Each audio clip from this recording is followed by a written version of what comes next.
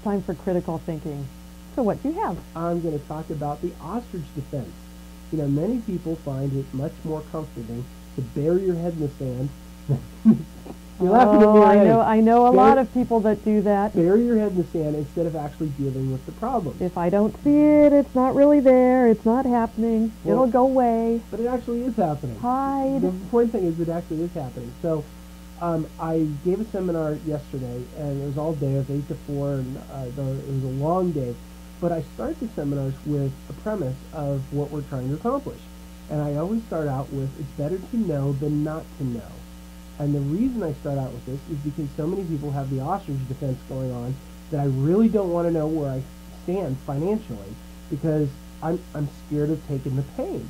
So I know it's not, you know, it doesn't feel better to know where you're at, but it actually is better.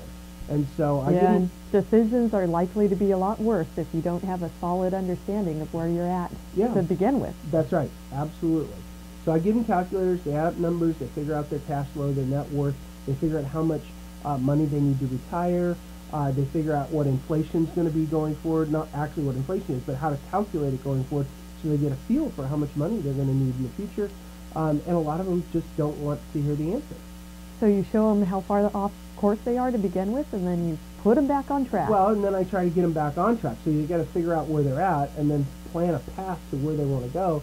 If they have, you know, good long-term goals, they're like retirement or, you know, a house or, you know, education or whatever it is, you got to figure out where you are, how much you've got, and then how you're going to save for it. So you pull their head out of the sand and open their eyes. I tried to. I tried to. Well, and what's your takeaway? My takeaway is to make friends, tell them what they want to hear.